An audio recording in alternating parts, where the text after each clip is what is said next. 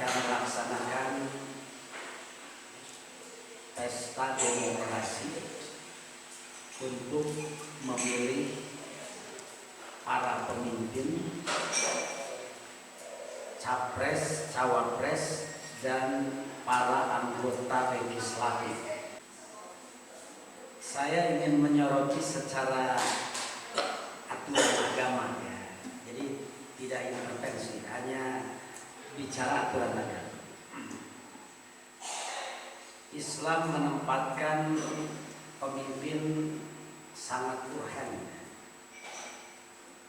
dan para pemimpin ini banyak kaitannya dengan mengelola negara, mengelola aset. Secara umum Al-Quran menyebutkan tentang kisah Nabi Ibrahim. Itu di doanya, Rabbi al-hadza baladan aminan warzuq ahlahu min kulli thamar. Ini pijakan bernegara. Pijakan bernegara itu, negara itu mesti aman. Yang kedua, warzuq ahlahu, mesti sejahtera. Jadi aman dan sejahtera. Tolong aminkan. Amin. Kalau Islam bicara 4 rubuh, istilah para ulama, rubul ibadah, rubul munakaha, rubul muamalah, dan rubul jinayah. Jinayah ini kaitan sekali. Bicara memilih pemimpin, artinya kita mempercayakan dia sebagai pemimpin. Itu dalam bahasa kekhalifahan kita berbaiat kepada seseorang, artinya kita memberikan loyalitas, memberikan wala. Dan pembahasan al-wala wal bara, kalau kita lihat di kitab-kitab itu pembahasannya di tauhid. Jadi memilih pemimpin jangan dianggap sepele. Pertanggungjawabannya bukan hanya di dunia dan 5 tahun, tapi urusannya masalah akhir. Kenapa demikian? Itu Rasulullah pernah mengatakan, kata Rasulullah, ada sesuatu, ada hal selain Dajjal yang paling aku takuti. Sampai para sahabat disebut begitu, terperangat, terperanjat. Masa ada yang paling menakutkan, mengerikan kalau salah itu ada selain Dajjal. Padahal Dajjal itu notabene paling jahat, ya. Jadi kalau ada lambang kejahatan di muka bumi itu, maka lambangnya adalah Dajjal, si mata satu.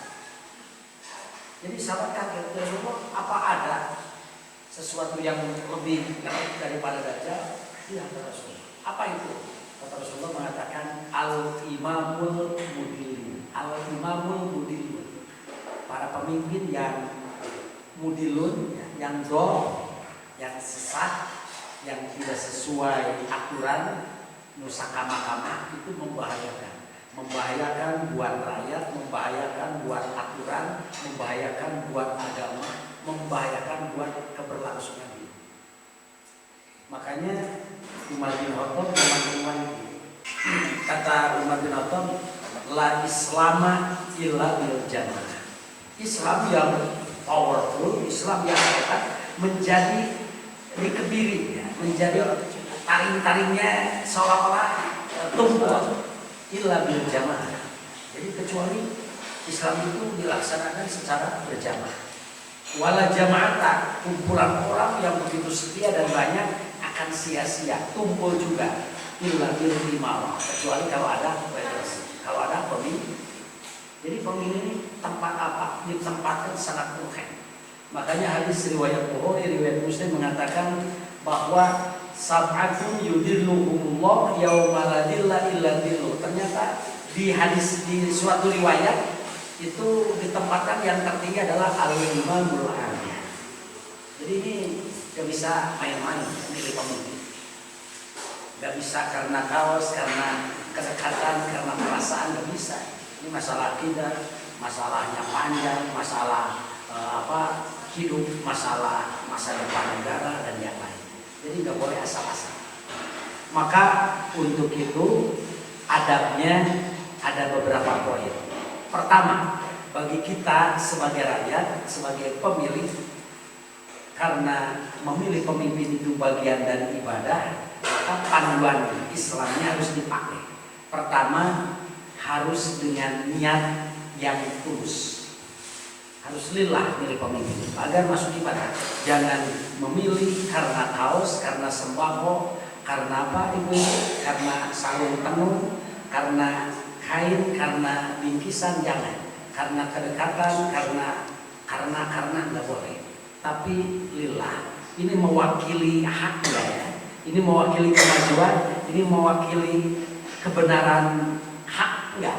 Kalau oke, lillah, karena itulah kita memilih. Jadi untuk lillahi kalimatillah. Ada nggak pemimpin dibuat, setelah pemimpin dibuat merasakan agama jadi sulit? Ada nggak? Banyak. Ada nggak pemimpin setelah berdiri maka agama dinisbah atau ulama dipersekusi atau banyak hal? Itu karena regulasi banyak hal. Ya. Jadi hati-hati. Itu kita memilih lillah. Kalau bisa istikharah. Bukan kalau bisa ya, dianjurkan istikharah. Idza hamma syai'un, idza hamma ahadukum bi syai' fi amrin. Apabila seseorang di antara kalian ragu, bimbang dalam menentukan suatu urusan, maka istikharah, meminta petunjuk kepada Allah. Kedua, adabnya tidak boleh, haram hukumnya memilih pemimpin yang bukan orang Islam.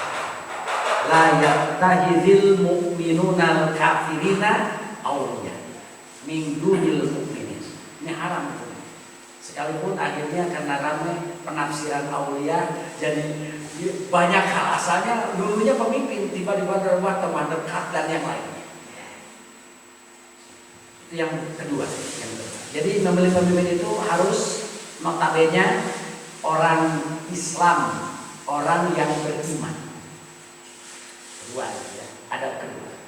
Adab ketiga, adab ya, ini adab ini tata tertib etika, bukan azab. Kalau azab siksa.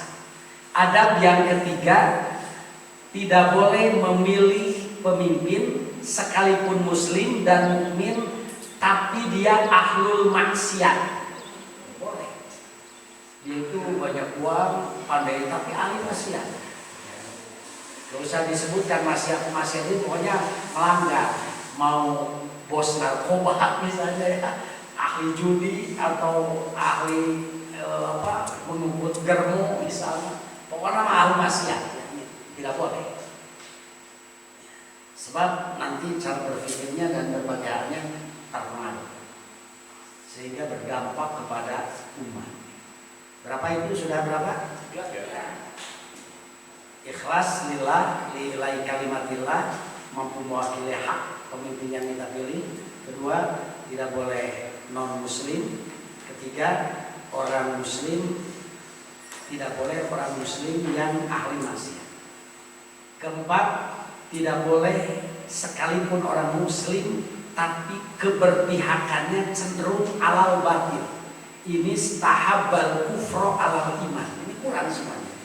Jadi tidak boleh orangnya orang muslim tapi keberpihakannya kepada batil, kepada ya kalau bahasa politik nggak pro rakyat atau apalah istilah itu, saya kurang tahu lah. Saya bicara Islam aja, bicara agama. Jadi nggak boleh yang kecenderungannya lebih membela kebatilan, lebih membela kekufuran, lebih cenderung kepada hal-hal yang tidak diridhoi Allah, nggak boleh. Itu yang keberapa? Dan yang kelima, tidak boleh memilih pemimpin yang tidak sesuai kapasitas ilmu. Jadi pemimpin yang dipilih itu harus di antara pilihan itu yang paling profesional dan paling proporsional. Amin kan? Amin. Jadi kata Rasul, idza rusidal amru ila ghairi ahlihi ila ghairi ahliha famtadris sa'ah. Apabila suatu urusan diserahkan, dipimpin, diberikan kepada orang yang bukan ahlinya, maka tunggu masalah demi masalah. Dan yang terakhir, pilihlah pemimpin yang adil. Dan untuk itu berapa? 6. Dari ke-6 ini dia sederhana. Kita bisa nggak tahu yang 6 ini? Ya, sederhana. Harus tahu track record. Apa? Rekam jejak. Rekam jejaknya harus tahu. Dia di mana saja, gimana informasinya harus tahu. Jadi seperti para ulama mempelajari sanad.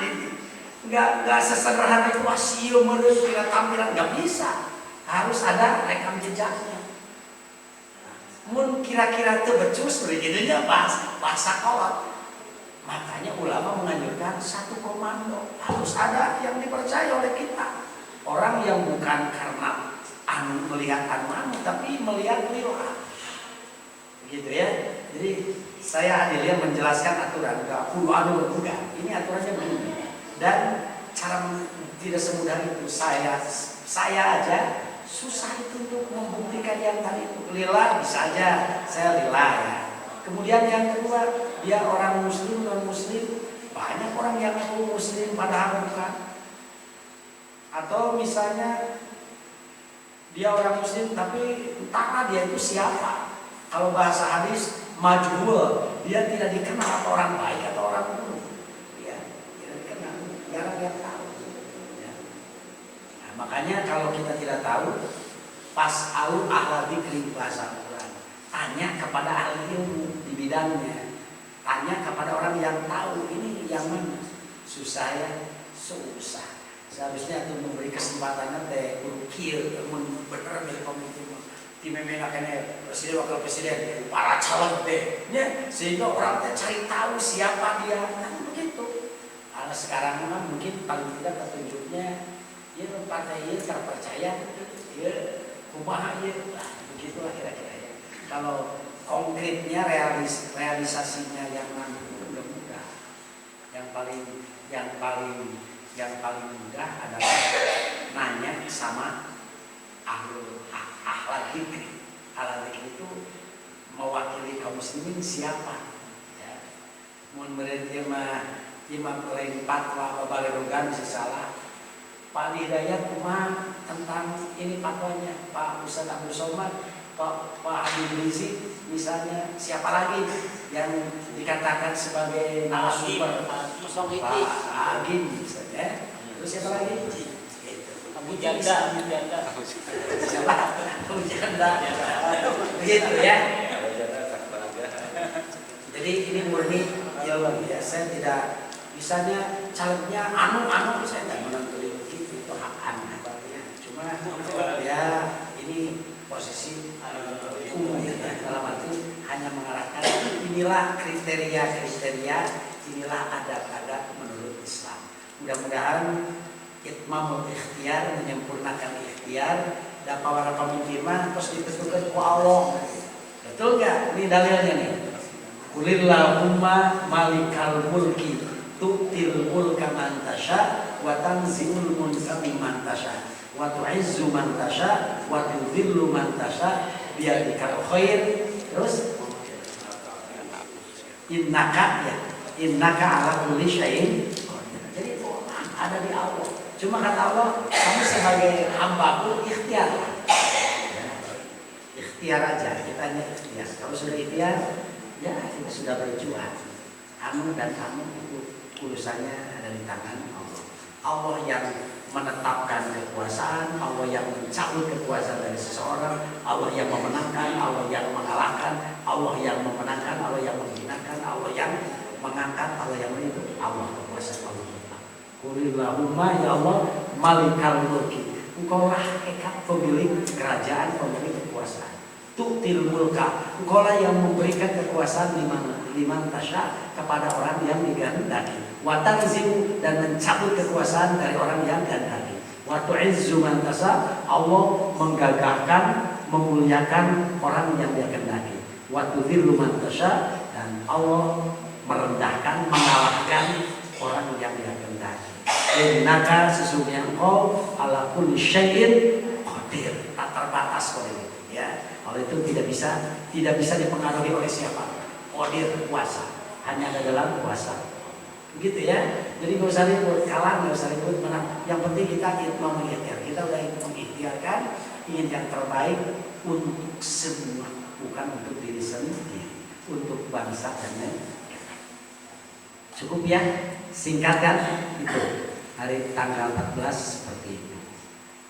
Pasti Ibu di pikiran sudah ada ya, calon presiden dan wakil presiden sudah ada. Apa? Kami diaminkan ya. Mudah-mudahan pilihan. Kemudian anggota dewannya tadi DPRD yang pertama, kedua provinsi, ketiga pusat, keempat DPD. Ya, itu udah ada 4 yang dipilih ya anggota dewannya. Itu juga para pemimpin, para anggota legislatif. Hati-hati ya. Alhamdulillahirobbilalamin. Itu saja. Ini bukan fatwa kepada siapa-siapa. Ini hanya menjelaskan adab-adab memilih pemimpin di dalam Islam. Jelas ya? Ibu jelas? Alhamdulillahirobbilalamin. Assalamualaikum warahmatullahi